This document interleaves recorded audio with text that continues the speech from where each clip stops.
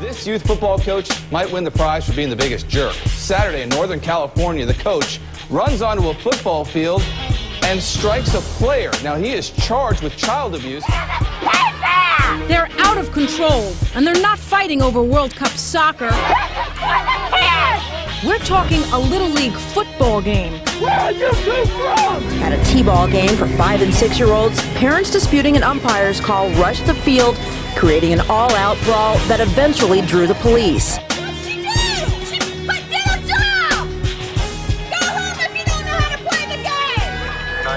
Do you have an emergency? Yes, I do.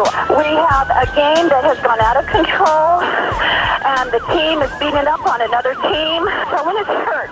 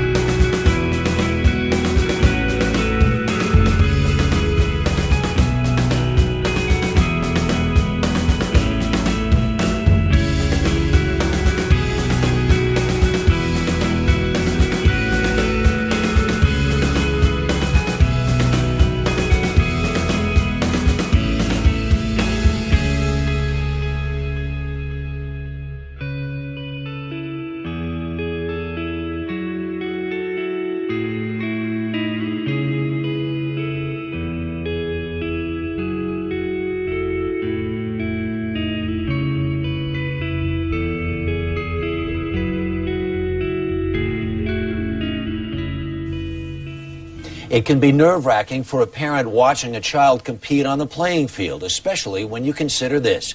Each year, 300,000 American children suffer concussions while playing a sport. So here's the question. When should you tell your child to shake it off, and when should you see a doctor? Here's Sandra Hughes. Zachary Lysted's baseball coach has nothing but praise for this gifted athlete, and not just because his coach is also his dad. He excelled in baseball and especially in football. After a hard hit to the head in a middle school football game last fall, Zach came off the field, but the 13-year-old linebacker went back in during the second half. Then he collapsed. I was laying on top of my child, begging God to keep him alive. Now Dad is still coaching. Turn to the right. All right, turn to the left. Good job. Zachary, I need you to bend your legs. He can't walk, can't even swallow. His mom quit her job as a dental assistant near Seattle to take care of him. Zach's parents say he never should have been allowed back into the game after the first serious hit on the head. Oh, man. A lawyer for the Tahoma School District says Zach showed no signs of a concussion before resuming play. Matt Colby crashed into the receiver. 17-year-old Matthew Colby had not fully recovered from a concussion when he played football the following week. A fatal mistake for the Costa Mesa teenager. He walked off the field and collapsed. I put my hand on his shoulder and I said, Matthew, keep your eyes open. And pretty soon he couldn't. The lesson for young athletes, parents, and coaches: you don't need to be knocked unconscious for a head injury to be serious. Any of these symptoms, headaches, dizziness, blurred vision, memory loss, inability to concentrate, require a trip to the doctor before getting back in the game. Many schools now require athletes to take a preseason test for comparison if they sustain a head injury later. The benefit of it is tremendous. Zach's parents believe his injury could have been prevented and will be overcome. With his warrior attitude, he'll be all right. He'll get through all this. Sandra Hughes, CBS News, Los Angeles.